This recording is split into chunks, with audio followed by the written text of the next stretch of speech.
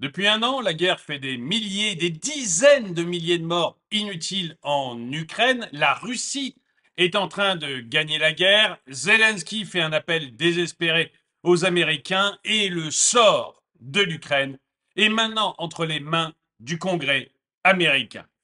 Bonjour et bienvenue dans cette nouvelle vidéo de DME en direct. Comme toujours, si vous n'êtes pas abonné, je vous suggère de le faire et de cliquer sur la cloche pour être prévenu lorsque je sors une nouvelle vidéo. Oui, on a eu un appel désespéré de Zelensky au Congrès américain pour essayer d'avoir un petit peu d'argent, pour essayer d'avoir les armes qui avaient été promises. Parce qu'on voit que sur le théâtre des opérations, même si dès que Zelensky, même si dès que l'Ukraine gagne un tout petit truc ou fait un semblant de victoire, tous les journaux mainstream en parlent comme si c'était quelque chose d'absolument merveilleux, eh bien on voit sur le terrain, on voit sur les cartes que petit à petit, la Russie est en train de grignoter l'Ukraine. Ils avancent et ils préparent même, d'après les rumeurs, une offensive extrêmement forte en mai-juin prochain. Quoi qu'il en soit, on a maintenant un Zelensky qui est complètement désespéré, qui appelle le Congrès. Et on voit que le Congrès américain, lui, n'a aucune raison d'accorder de l'argent supplémentaire à Zelensky. Il semble avoir envie de le laisser tomber, d'autant plus que l'un des deux candidats, Donald Trump, eh bien, aurait probablement une solution pour régler cette guerre extrêmement rapidement. On regarde ça ensemble. Le président ukrainien Vladimir Zelensky a récemment lancé un appel désespéré au Congrès américain pour obtenir un soutien crucial dans la guerre que son pays mène contre l'agression russe. Ces suppliques surviennent à un moment crucial alors que la pression monte pour que le Congrès américain prenne des mesures en faveur de l'Ukraine malgré l'opposition affichée de l'ancien président Donald Trump. Zelensky a souligné l'urgence de la situation en déclarant que si le Congrès n'aide pas l'Ukraine, l'Ukraine perdra la guerre. Et ça, j'aimerais, vous voyez, parce que souvent quand je parle, on me dit, mais t'es pro-russe. Je ne suis pas du tout pro-russe. En plus, j'ai aucune amitié particulière pour les Russes, ni haine particulière pour les Russes. Voilà. Mais, si vous voulez, c'est Zelensky lui-même qui dit qu'ils sont en train de perdre la guerre. Vous savez, il y avait une sorte de fortification, pas une ligne Maginot, mais des tranchées, un peu comme à Verdun, tout le long de la frontière pour stabiliser la ligne de guerre entre l'Ukraine et la Russie. Et c'est terrible parce que c'était déjà le cas il y a un an. J'avais fait des interviews il y a un an avec des spécialistes de la guerre entre la Russie et l'Ukraine, des gens qui étaient allés sur le terrain. Et c'est sur ma chaîne principale Drama Economy. Et il m'avait dit clairement, voilà, on a installé des tranchées le long de cette ligne. C'est comme à Verdun, il y a des dizaines de milliers de gens qui meurent. Et les tranchées, ça ne bouge plus, on ne prend plus un mètre, etc. Il y a eu la fameuse contre-offensive qui a fait pchit de l'été, mais là aussi, les spécialistes que j'avais invités sur Drama Economy avaient dit que enfin, ça ne pouvait pas, on ne pouvait pas reprendre ces territoires, que ce serait extrêmement compliqué. Donc il y a eu cette contre-offensive qui a fait pchit. Et depuis, il ne s'est rien passé parce que l'hiver en Ukraine, il fait beaucoup trop froid pour qu'il se passe quelque chose. Le printemps est revenu. Vous savez que les Russes ont pris une ville clé dont je suis inquiet, je me rappelle jamais le nom, mais peu importe, ils ont pris une ville clé, vous en avez tous entendu parler. Et donc, ils ont passé cette frontière très compliquée. Et maintenant, il n'y a plus rien qui les empêche d'avancer. Donc, ils avancent très régulièrement à l'intérieur des frontières ukrainiennes. Ils grignotent village par village, mais ils prennent de l'avancée. Et voilà, même Zelensky est obligé d'avouer que la guerre est perdue si le Congrès américain ne vote pas en urgence plusieurs dizaines de milliards pour aider l'Ukraine. Donc, et ce que je veux dire, c'est que c'est pas mes mots à moi, ce sont vraiment les mots de Zelensky. Donc, on voit que, voilà, l'analyse que je faisais depuis un an était loin d'être à côté de la plaque ou pro-russe ou je ne sais quoi. C'est juste la réalité. Il faut juste voir la réalité en face. Mais ce qui m'énerve, c'est qu'il y a des dizaines de milliers de morts. Pourquoi? Parce que vous avez un Occident qui refuse de voir la réalité. Que Zelensky, en tant que président de son pays, ne veuille pas cette réalité parce qu'il est président de l'Ukraine, on peut le comprendre. On peut le comprendre parce que c'est le patron de son pays, le président de son pays. Il n'a aucune envie de se faire envahir. Qu'il refuse cette réalité, c'est possible. Mais que ce soit les Occidentaux, des Macron, des Biden, des Ursula von der Leyen, qui refusent de voir cette réalité et qui, parce qu'ils refusent de voir cette réalité, laissent mourir des dizaines de milliers d'Ukrainiens et de Russes, là, c'est criminel. Et la réalité, elle est claire. Je l'avais indiqué avec mes invités il y a un an. On est exactement sur ce qu'on avait dit depuis, vraiment, tout ce qui avait été dit par mes invités. Il y avait Jacques Beau, il y en avait d'autres, mais tout ce qui avait été dit par mes invités se retrouve aujourd'hui. Un an après, on avait raison sur toute la ligne. Et là, l'Ukraine est en train de se faire grignoter petit à petit. Mais vous avez encore un Emmanuel Macron, vous avez encore une Ursula von der Leyen qui, par fierté mal passée, refuse la réalité. Et ça va faire encore des dizaines, voire des centaines de milliers de morts.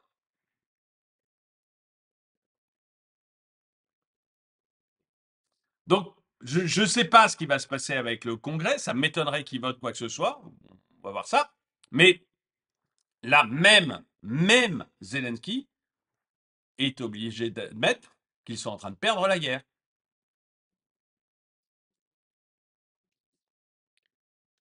Ces mots résonnent comme un appel à l'aide face à une escalade de la violence, notamment à Kharkiv, où les forces russes ont intensifié leurs attaques, utilisant des bombes aériennes guidées contre la ville presque quotidiennement. Cette situation critique souligne la nécessité pour l'Ukraine de renforcer ses capacités de défense, en particulier dans le domaine de la défense antiaérienne. L'appel de Zelensky a trouvé un écho favorable aux États-Unis, notamment dans les médias et parmi certains membres du Congrès. Mais encore une fois, enfin bon, non, je vais vous lire ce que disent les médias, mais le New York Times a publié un éditorial soutenant fermement l'idée d'aider l'Ukraine à maintenir sa démocratie et à défendre son territoire contre l'agression russe. Alors déjà, sa démocratie, enfin, mais il faut se rappeler de ce qu'était l'Ukraine avant l'invasion russe. On l'a refusé en Europe à cause de son manque de démocratie. Il faut arrêter de nous faire croire que Zelensky est un ange, que l'Ukraine c'est une grande démocratie. Et c'est pas l'Italie, c'est pas l'Espagne, c'est pas l'Allemagne, c'est pas la France. Maintenant, effectivement, défendre son territoire, c'est parfaitement légitime. Et il ne faut pas tout mélanger, je pense. Selon un sondage mené par le Chicago Council on Global Affairs et l'Institut Ipsos, près de 6 Américains sur 10 soutiennent cette position, reconnaissant que le soutien à Kiev contribue à renforcer la sécurité nationale américaine. En quoi? Alors là, en quoi? Oui, qu'encore on essaie de nous faire peur à nous, Européens, en nous disant une fois que Poutine aura envahi l'Ukraine, il va envahir la Pologne, puis l'Allemagne, puis il arrivera à Paris. euh, bon, évidemment, peu de gens y croient, mais à la limite qu'on arrive à nous faire peur avec ça. Mais qu'est-ce qu'ils pensent qu'il va arriver à Washington? Enfin, vous voyez, en fait, on a des médias qui sont en train de vraiment lobotomiser la population.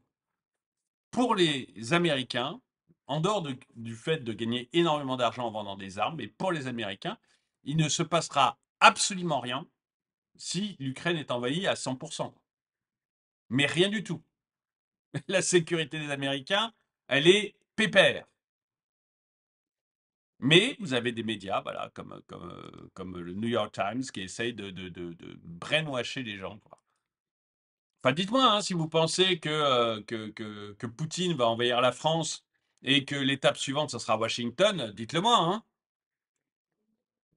Mais à un moment donné, ça sera assez révélateur du fait que vous regardez trop BFM.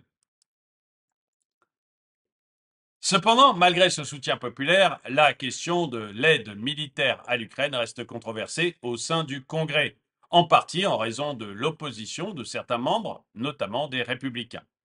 Le président de la Chambre des représentants, Mike Johnson, est confronté à un dilemme politique, tentant de trouver un compromis entre les différentes factions de son parti. Bien que Donald Trump soit vigoureusement opposé à un vote sur une aide militaire à l'Ukraine, Johnson semble ouvert à l'idée d'examiner la question après les vacances de Pâques.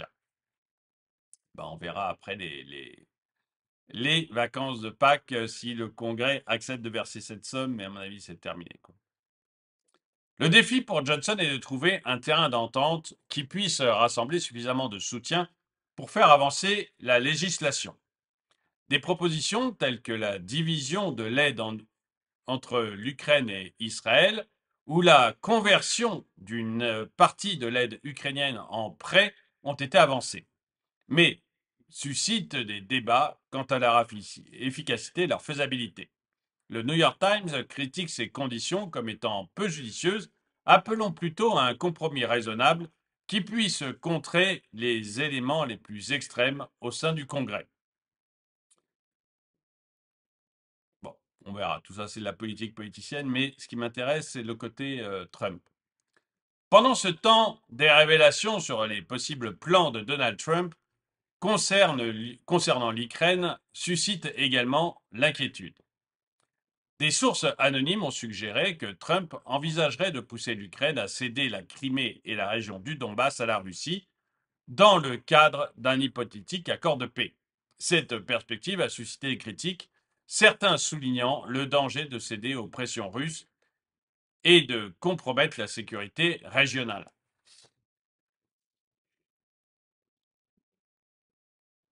Pour moi, vous voyez, pour moi, c'est le mur de la réalité. C'est le mur de la réalité. Il y a aujourd'hui les forces russes qui occupent le Donbass, qui occupent la Crimée. On n'arrivera pas à les déloger. Hein. La grande contre-offensive que les médias nous vendaient comme le fait que Zelensky allait bientôt poser ses fesses au Kremlin, cette grande contre-offensive, elle a fait pchit. Et elle a fait pchit comme toutes les personnes sensées que j'ai pu interviewer, toutes les personnes sensées pensaient. Il n'y a que les médias mainstream, il n'y a que LCI, il n'y a que BFM qui ont et les soi-disant généraux qu'ils interrogent, qui ont pu penser, qui ont pu vous laisser croire que Zelensky allait enfoncer les lignes russes. Encore une fois, allez voir les interviews de gens qui ont fait du terrain, qui étaient sur le terrain que j'ai faites. Ils vous disaient tous la même chose. C'est que ça ne bougerait pas d'un iota. Et quand vous connaissez l'équilibre du nombre de militaires, du matériel, etc., vous savez très bien que ça ne bougera pas. Donc ça, c'est la réalité. Après, on peut encore tuer des dizaines de milliers d'Ukrainiens pour que les gens se rendent enfin compte de la réalité. Ou alors, on peut dire, voilà, la frontière aujourd'hui, c'est ça. On pourra reprendre une ville, peut-être deux, aux Russes, en disant, bon, allez, on revient aux frontières d'il y a un an, quand dans cette guerre de tranchées dont je vous ai parlé tout à l'heure. Je pense que les Russes seront d'accord parce que c'est les objectifs qui s'étaient fixés au début.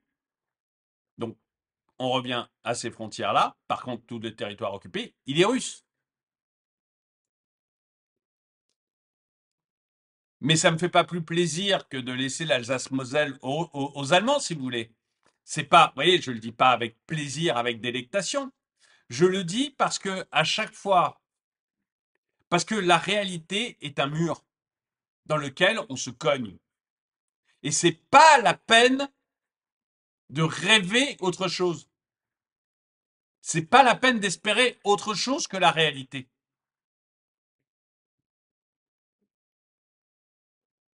Donc, soit on continue à faire des dingueries qui coûtent des dizaines de milliers de morts pour rien.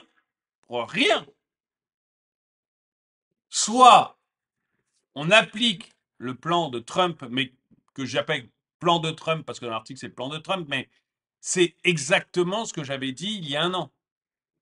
Donc, on applique ce plan qui est de dire, bah voilà, les territoires qui ont été conquis par la Russie, bah, ils sont russes, parce que c'était les objectifs de la Russie et parce qu'on n'a pas réussi à les défendre, et le reste, terminé. Et on ne parle plus de mettre l'Ukraine dans l'Union européenne, on ne parle plus de mettre l'Ukraine dans l'OTAN, on démilitarise l'Ukraine, on en fait une Suisse, et zou.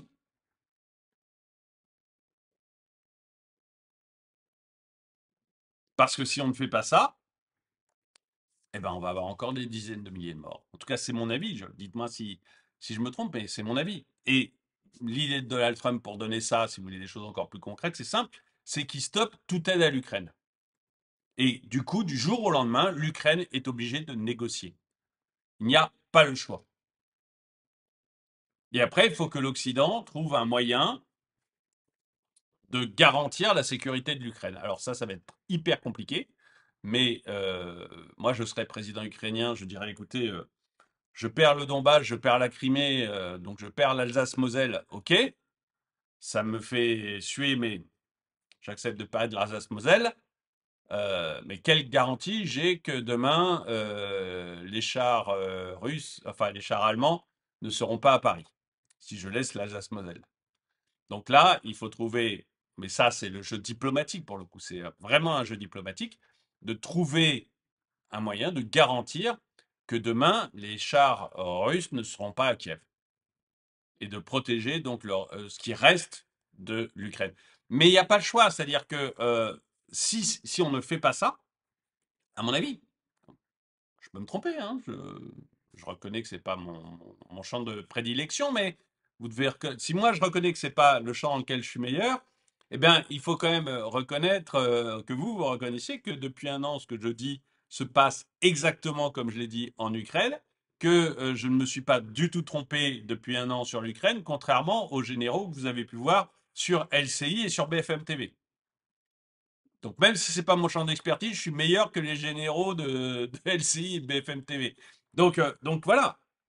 Mais je pense que, enfin à mon avis, hein, on revient à cette frontière-là.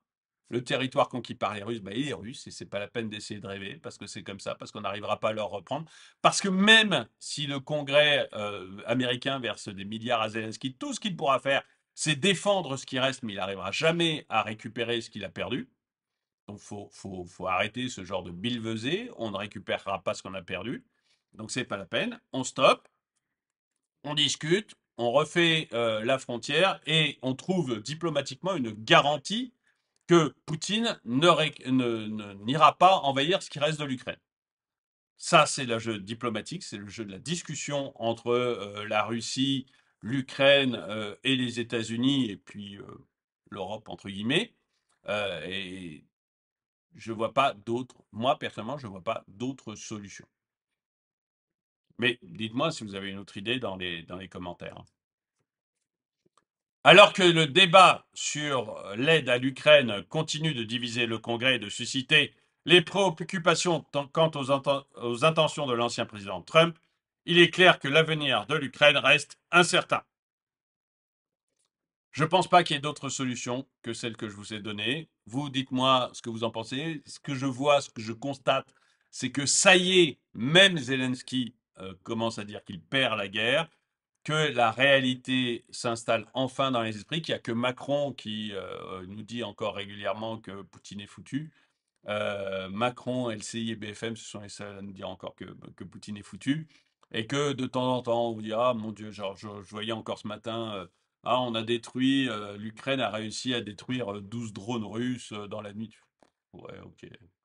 Enfin, merveilleux, bravo, bah, une grande victoire. Mais bon, vous voyez que, enfin voilà, le moindre maintenant, la moindre toute petite victoire, la situation est tellement désespérée que la moindre toute petite victoire de l'Ukraine, les médias mainstream vous tirent ça sur des kilomètres de papier pour vous dire à quel point c'est merveilleux.